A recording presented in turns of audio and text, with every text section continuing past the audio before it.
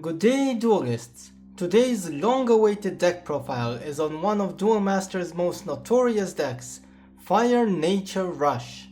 In this video, I want to show you the deck, explain each and every of the card choices and why they are there, and most importantly, try to make you understand why this deck actually works and why it is as good as it is. Because no matter what some non-believers might say, the deck does work wonders. I myself have won 2 IDC tournaments with it. It's won the DMF Mega Meet 2025, which was the biggest physical Duel Masters tournament in modern times. I've even won with it the final edition of the Duel Masters Chronicles, which also included a DM13 set and a bunch of players from Japan. And these are different play environments with different players and different meta games, and yet Fire Nature Rush somehow always seems to perform. Now, FN Rush is not a new concept by any means. The Legend Earth Power had a deck profile up on it like 20 years ago, and I'm sure people were playing it even before then. And the deck is quite simple, so the core concept has stayed the same.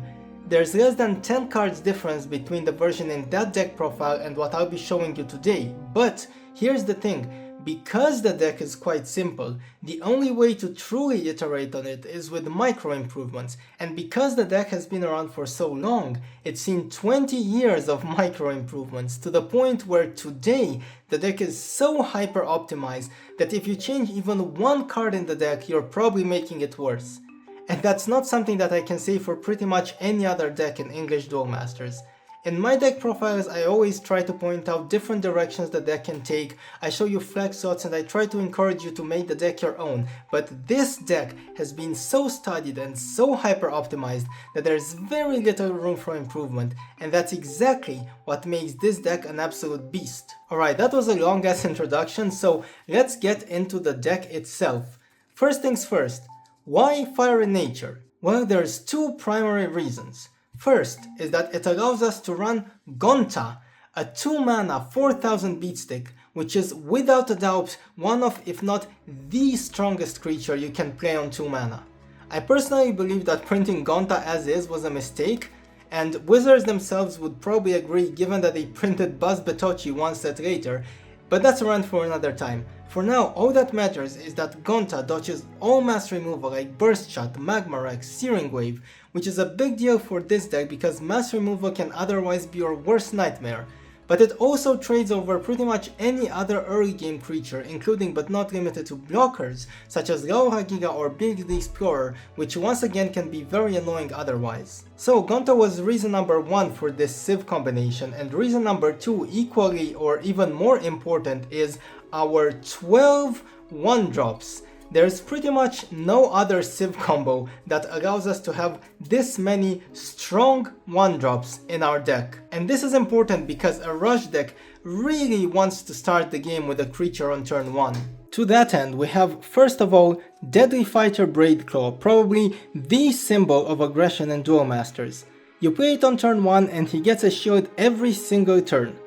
The drawback is that it is forced to attack, but ideally, you want to be attacking as much as possible anyway. Of course, there are situations in which that drawback will come back to bite you in the arse, but that's a topic that can probably be a full video all by itself. Next up on the 1-drop list is Sniper Mosquito. It has a power of 2000 and can attack whenever it wants, with a drawback that you need to take back 1 mana every time it does. Of course, this is not really a drawback because the deck is fully functional on 3 mana, so you play it on turn 1, maybe it skips its turn to attack, but then starting turn 3 you no longer care about the bounced mana. In fact, getting 1 card back from mana can become kind of an upside because it's an extra resource that you can use. You can charge your situational cards early on and take them back to use on subsequent turns. And our final 1-drop is Hardy Captain Polygon. This one also has 2000 attack power, but it returns to hand after breaking a shield. This might look a bit underwhelming compared to the other 2, as it can only break a shield every 2 turns instead of every turn, but the fact that it returns to hand can be an upside at times, since it can dodge mass removal and also trade backs from stronger creatures. For example, if your opponent has a Gonta on board, a card like Deadly Fighter or Sniper Mosquito goes in for 1 shield and then dies. But Polygon, on the other hand, goes in for 1 shield, returns to hand where it is safe from the wrath of Gonta, and then next turn he comes back to take more shields. Plus, notice that it only returns to hand when breaking a shield, but he can trade into all the creature it wants. This is relevant in mirrors, for example, because if your opponent plays a Deadly Fighter, you can play a Polygon in response. Deadly Fighter is forced to go in, and then you can trade into the Deadly Fighter for free. And that about does it for the 1-drops. One thing to keep in mind though, is that we have 8 nature 1-drops, but only 4 fire 1-drops. That's important because it affects how we want to balance out the ratios of the two civilizations. In general, nature mana is more desirable, so you'll want to play more nature cards than fire cards in your deck, which maximizes your odds of having a playable creature on turn 1. But more on that later. For now, another big reason for playing this civ combination, well, for playing fire really, is speed attackers. We play a playset of each of the cheap ones, Rikaboo the Dismantler and Pyro Fighter Magnus. Rikaboo is just a 1000 power speed attacker with no extra fluff, while Magnus has 3000 power, but it returns to hand after it attacks. They each have their upsides and downsides, and which one you play at any given moment depends on the situation at hand. But in general, if your board is underdeveloped and you need to stick more bodies, you go with Rikaboo, and if you already have enough board presence and you're anticipating mass removal, you'll want to play Magnus. That last scenario is an important highlight because it will happen quite often that you'll have 3 or 4 creatures on board and your opponent is one turn away from something like a Blizzard of Spears. And then you play something like Pyro Fighter Magnus, break all of their shields, put your opponent in a situation where they can either deal with your hand with a card like Cranium Clamp or with your board with a card like Blizzard of Spears, but not both in one turn, and whichever they don't deal with will finish them on the next turn. Alright, we talked at length about our 1-drops, but what do we play on turn 2? There's Gonta that we mentioned already, but of course we need more than just that. And as luck would have it, the Nature Civilization has one of the strongest 2-drops in English Duel Masters, the notorious Quixotic Hero Swine Snout. Its power is merely 1000, but whenever another creature is played, it gains 3000 until the end of turn. So with just one creature played, it's already Gonta level, which means it's always 4000 plus during your turn, since you're never not playing a creature with this deck. And even during your opponent's turn, well, your opponent also wants to summon stuff. Even control opponents who want to summon their blockers or their Bronze Arm Tribes or Sky Swords. A situation that often happens is that your tapped pig will stare down something like an Emerald, and your opponent has to think, do I develop my board and power up the pig, or do I skip my summon to take the trade? And both outcomes are kind of okay for you. Of course, there will be times where your opponent plays a removal spell on curve and gets rid of the pig that way, but I mean, every creature has to have its weakness. Still a very strong card. And to round up our 2-drops, we have a playset of Poisonous Mushroom, and this card was kinda slept on for the longest of times. It's weak in power at only 1000, but the plays that it unlocks with its mana generating ability have crazy potential. For starters, remember how we said that if you play Sniper Mosquito on turn 1, you might have to wait a turn before you start attacking so that you can get to your 3 mana ceiling? Well, if you follow up a turn 1 Sniper Mosquito with the Mushroom on turn 2, you're on 3 mana already, so your Sniper can start attacking right away. This also means that you'll go up to 4 mana on turn 3, which allows you to either play double 1-drop or even Speed Attacker plus 1-drop, leading to an absolutely explosive turn 3. But the true high roll and the wet dream of any FN Rush player is a hand like this, which allows us to play a 1-drop on turn 1, then on turn 2 we draw a card, we charge our mana, we play a Mushroom, we charge another nature mana, and then we can play a 1-drop, and all of a sudden we have 3 creatures on board by turn 2. So Poisonous Mushroom might look weak at first, but it's an absolute powerhouse.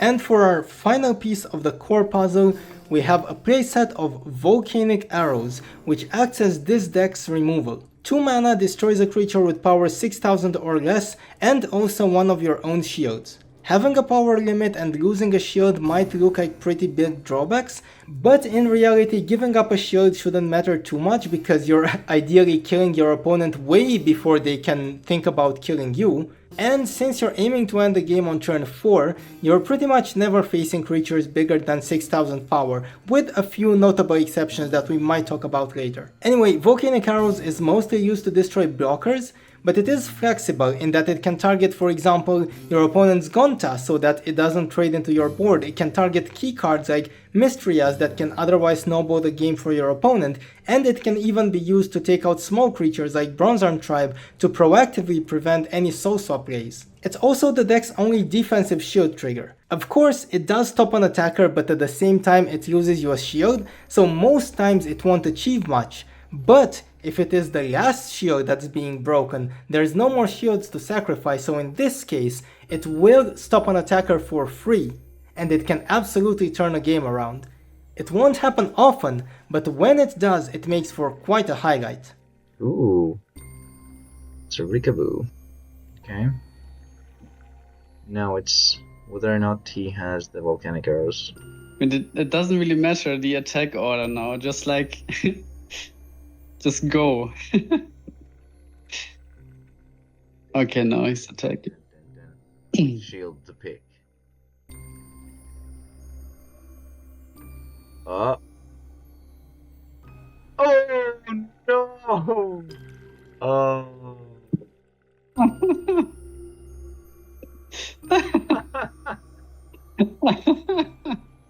Hey yo. And we finally arrived at the last 4 cards, and these are pretty much the only flex slots of the deck. And I use the term flex very loosely because it's pretty much always some combination of Torcon and Comet Missile. And remember how we said that we have twice as many nature 1-drops than fire 1-drops and hence nature mana is more valuable? Well, because of that, the most played versions are 3 Torcon, 1 Missile or 4 Torcon and 0 Missile. 2 Torcon and 2 Missile is also acceptable if you anticipate a blocker heavy environment, but honestly I would personally recommend staying away from it. Why these 2 cards in particular? Well, let's start with Torcon. Like we said, nature mana is valuable and having extra 2-drops reduces the probability that you break your turn 2, so a nature 2-cost creature makes the most sense, and Torcon is the best one that fits this criteria. You might be tempted to play something like Burning Mane or even Garabon the Glider for the extra power, but it's just not worth trading the shield trigger ability that Torcon comes with. Having a Torcon hidden behind your first couple of shields can outright cheese out some wins, because having a free extra body can be an unsurmountable advantage in aggro mirrors. Or why not have this happen in an IDC tournament finals against Mr. Bazat? And it's the same opening again. It's the same opening with Cook Pollon. Oh, is it Torcon? It's Torcon! It's over! Where's Solomon now? A few moments later. Where's Solomon? Solomon's so quiet now in the chat.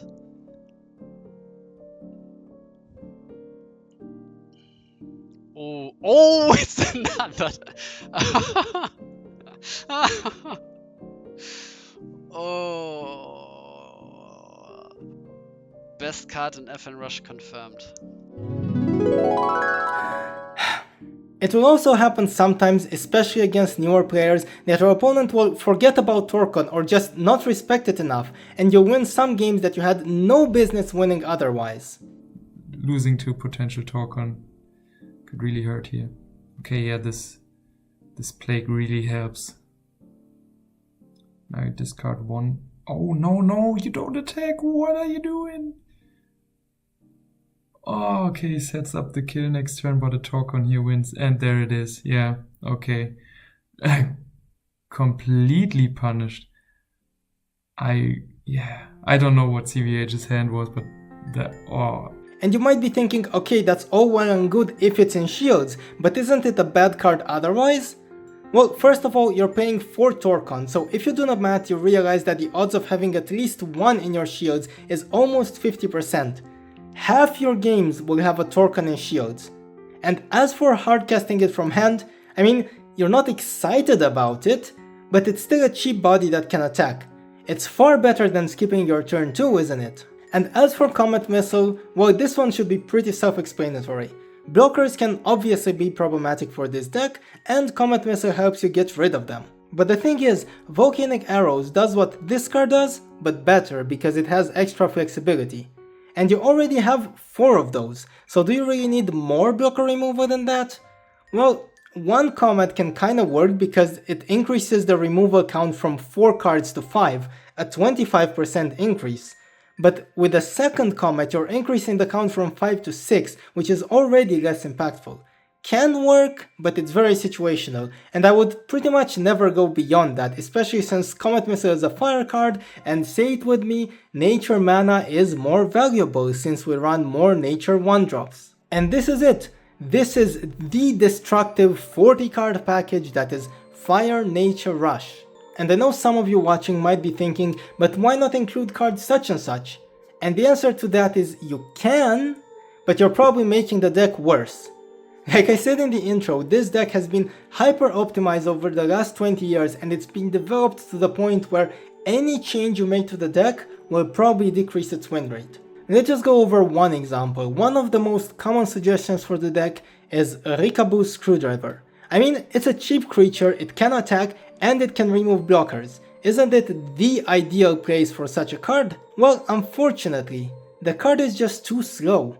If your opponent has a blocker out, you'd much rather remove it instantly with something like Comet Missile or Volcanic Arrows so that you can start attacking right away, instead of playing the Screwdriver, staring at the blocker for one turn, hoping that the Screwdriver survives, and only then, after all the stars have aligned, finally getting rid of the blocker. Don't get me wrong, there are scenarios in which it's good. You can play it proactively to stop your opponent from playing blockers in the first place, and you can play to destroy blockers with more than 6000 powers.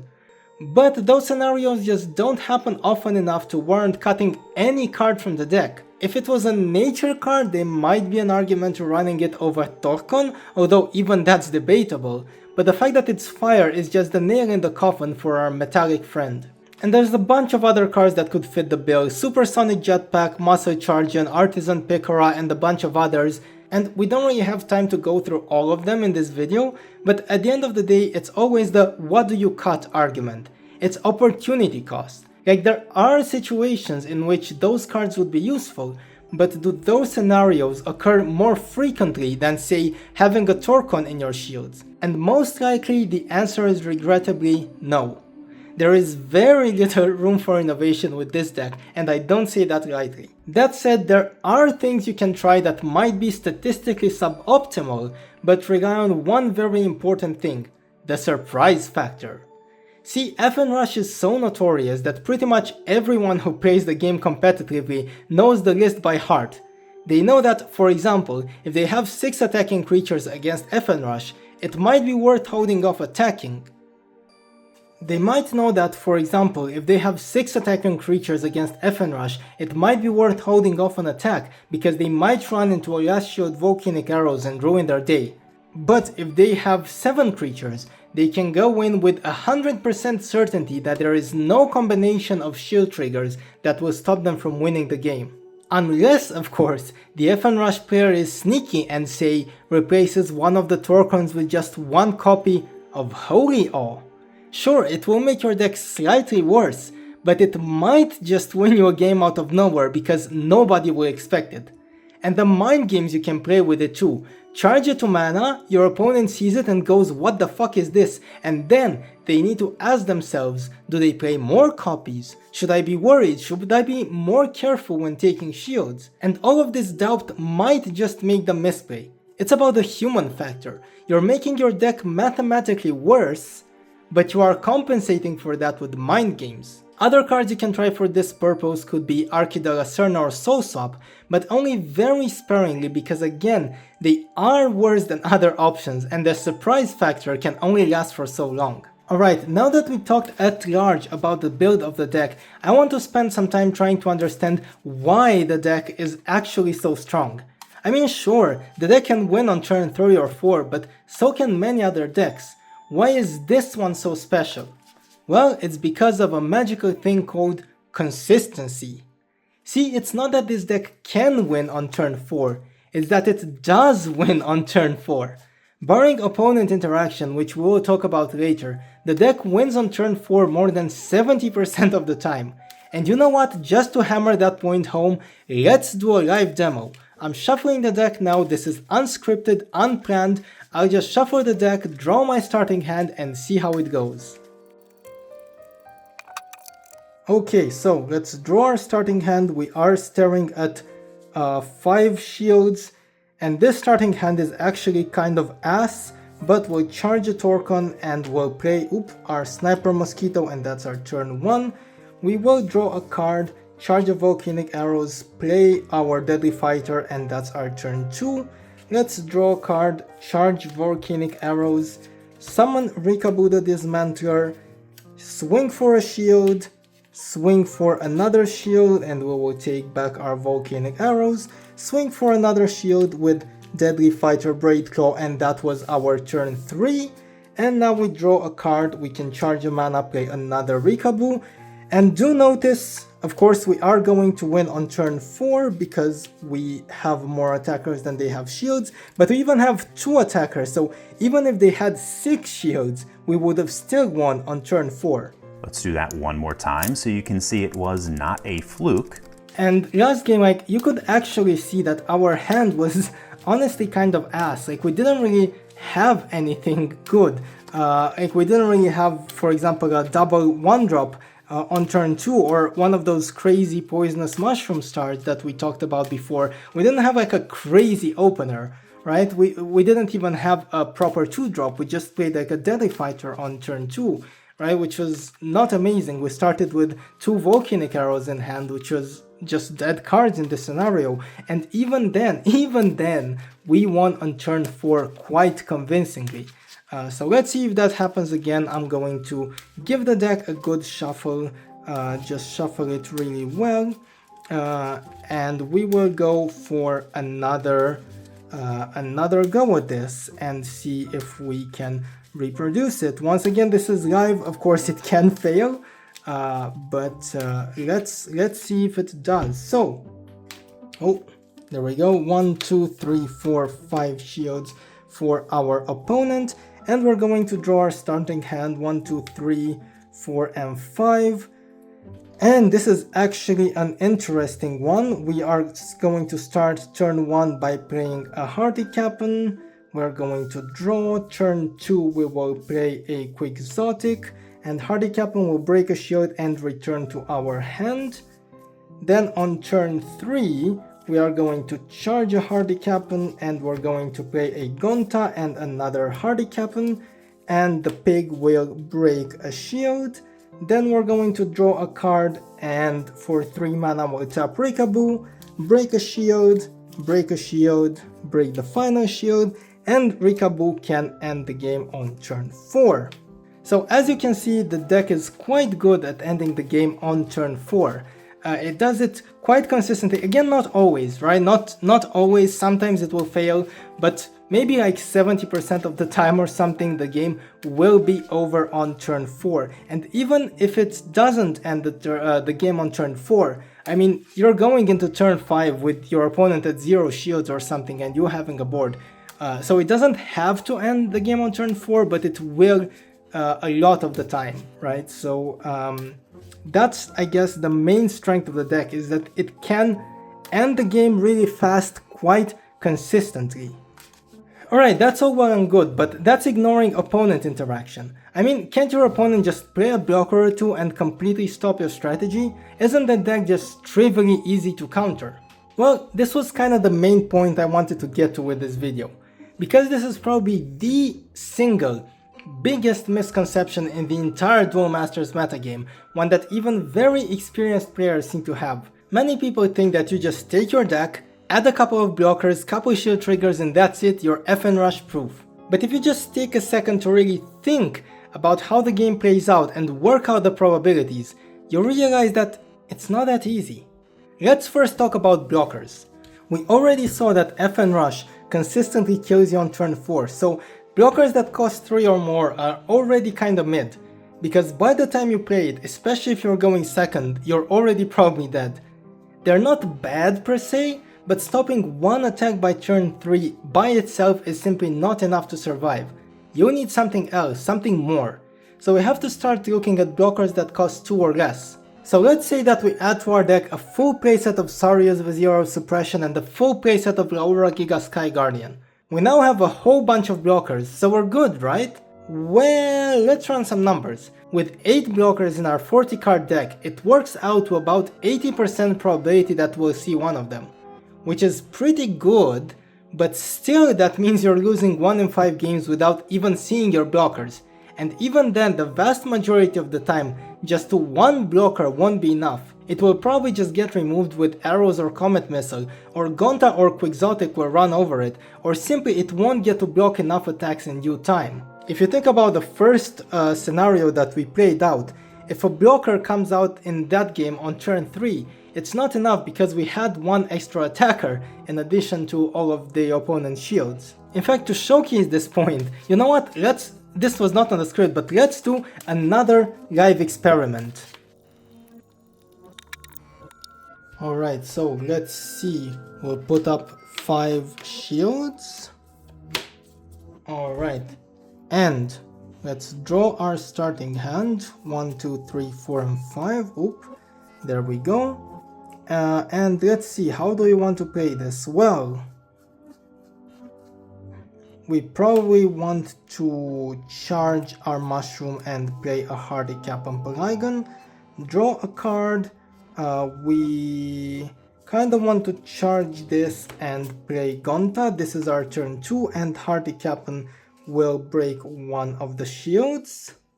And now it is the opponent's turn 2, so let's say that they summon a Belix and we will draw a card. We can charge a mana and we'll play a hardy cap'n and a Quixotic. This is our turn 3. We break a shield, obviously Belix does not want to block this one.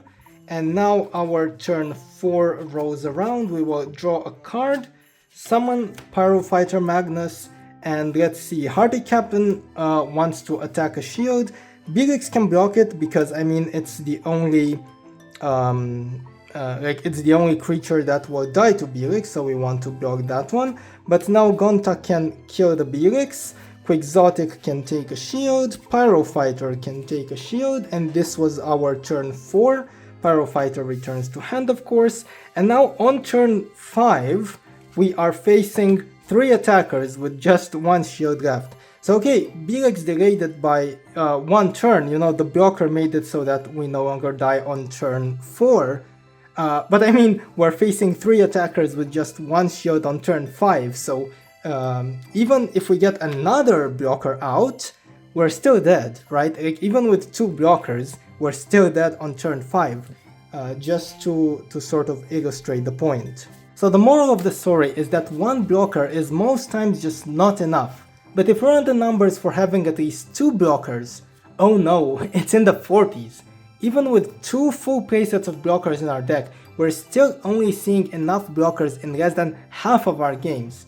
And I mean, I say enough blockers, sometimes even 2 blockers is not enough. Like in that last game, if the blockers don't come at the right times, as you could see, it was not enough. But now you might be asking, so what if 2 playsets of blockers is not enough? What's the problem? Just add more, right? And in a sense you'd be correct, that is something that you can conceivably do. You can just make a deck of like 20 blockers with either Diamond Cutter or Hydra Hurricane as a finisher. And this deck will probably beat Fire Nature Rush pretty much every single time. The only problem with building your deck this way is, how do you win against anything else? Control and even mid-range decks in the modern metagame have gotten so well refined that if they see a deck with 20 blockers, they will just laugh in your face as they proceed to either deck you out, burn all of your mana, or simply grind you through incremental card advantage, none of which give a single shit about your blockers. In general, if you're running too many blockers, you'll find yourself getting very quickly run over by anything that's not Rush. So what can we do other than blockers? Well, shield triggers are a thing. Terra Pit, Burst Shot, Aqua Surfer are all great cards versus Fire Nature Rush. But again, we have to go through the same numbers as before. If you have 10 triggers in your 40 card deck, you're going to see a trigger in roughly 70% of games, which sounds good on paper until you realize that A, just one trigger is most often not enough, and B, this is the probability that you see a trigger, not that it is a helpful one. For example, they might run into a burst shot with a board full of Gontas, or they might run into a Terror Pit last shield when it's too late to matter, like we already saw in the first example that we did, if you remember. So if you're going to rely on shield triggers, you're going to need way more than 10. But again, putting this many shield triggers in your deck sounds like a good idea against Rush, but then you'll face a control deck that decks you out or that plays Prometheus, and they're just going to laugh in the face of all of your shield triggers. Alright, we've talked about blockers and triggers, now moving on to the next possible defensive tools, cheap removal. By cheap I mean cards that cost 3 mana or less, for the reasons that we've already talked about. Here we have things like Crimson Hammer, Spiral Gate or Miraculous Snare. Cards like Ghost Touch also get a special mention here because while it's not a direct removal, you're still ripping a card out of the hand which might become a body on board the following turn. These help for sure, but you have to keep in mind that, like we saw, FN Rush can put 3 bodies on the board in the first 2 turns, so removing one of them isn't going to win you the game by itself. Just like with the other ones, you're going to need more than one. And finally, one last form of defense I want to talk about is shield generation. There are some very niche cards that generate shields like Mana Nexus or Wise Tarnoid, but by far and away the best resource for doing this in the English game is Skysword Savage Vizier. Now, 5 mana is a lot against Rush and some games you will die before being able to play it, so just like every defensive resource we've talked about so far, it will need some help from other cards, but that said, cards like Bronzearm Tribe or Fairy Life can help you get to it earlier, and being a creature means you can soul swap it in and out, allowing you to repeat the effect for only 3 mana, which is far more accessible than 5. So what's the moral of the story? Why did I spend the last 10 minutes talking about anti-rush defense? Well, the point is that if you want to properly counter FN Rush, you need to adjust your deck a lot. Slamming a couple blockers and triggers in your deck simply won't cut it. You will need a combination of multiple defensive resources, probably more than you would initially believe, all while not compromising your matchup against other decks.